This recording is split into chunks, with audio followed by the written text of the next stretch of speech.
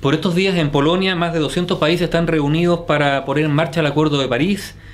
Es ese acuerdo que tiene por objetivo limitar el alza de la temperatura del planeta para combatir el calentamiento del globo. Está lleno de datos alarmantes de lo que está ocurriendo, cómo se ha incrementado la temperatura promedio del planeta y los peligros que están ahí a la vuelta de la esquina. Pero yo quiero centrarme en un aspecto, en la capacidad que hay, o que debería haber, o que quizás no hay, para limitar el calentamiento global efectivamente, porque eso significa a la larga, o a la corta, modificar el comportamiento de las personas. Y la pregunta que nadie se atreve a formular es cuánto los ciudadanos del mundo están dispuestos a renunciar a privilegios obtenidos para ayudar a esa lucha contra el calentamiento global.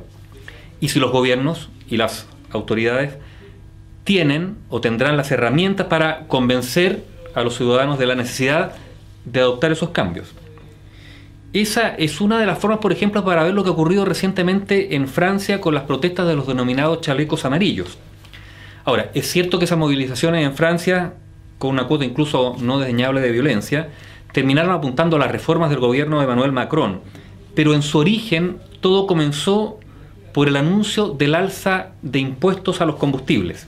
¿Y qué es lo que dijo el gobierno de Macron? Dijo que esa alza de impuestos se inscribía en la voluntad de establecer un cambio en la matriz energética francesa para combatir el cambio climático y proteger al medio ambiente a partir de los acuerdos alcanzados por Francia, un acuerdo adoptado por el Estado francés para implementar el Acuerdo de París.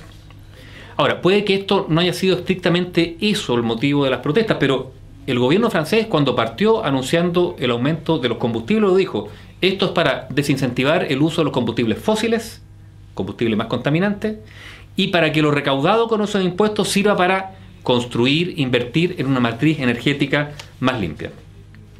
Los franceses, muchos de los cuales salieron a protestar, ¿qué es lo que reclamaban? Reclamaban el derecho a seguir usando su automóvil y por lo tanto a contaminar. Y en el fondo decían: ¿por qué van a aumentar los impuestos de algo que ya está gravado con impuestos? ¿Qué ocurrió? Que al final el gobierno francés suspendió esos impuestos, renunció, fue derrotado. Este episodio muestra posibles enfrentamientos muy de fondo que están a la vuelta de la esquina. ¿Será posible convencer a los ciudadanos, por ejemplo a los ciudadanos chilenos, a renunciar a ciertos patrones de consumo que ya han sido asumidos como un derecho?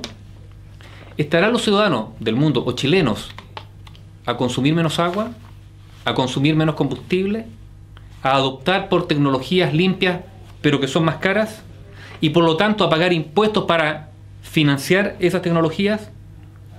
¿Qué herramientas disponen los gobiernos democráticos, para imponer políticas que puedan generar un rechazo de los ciudadanos?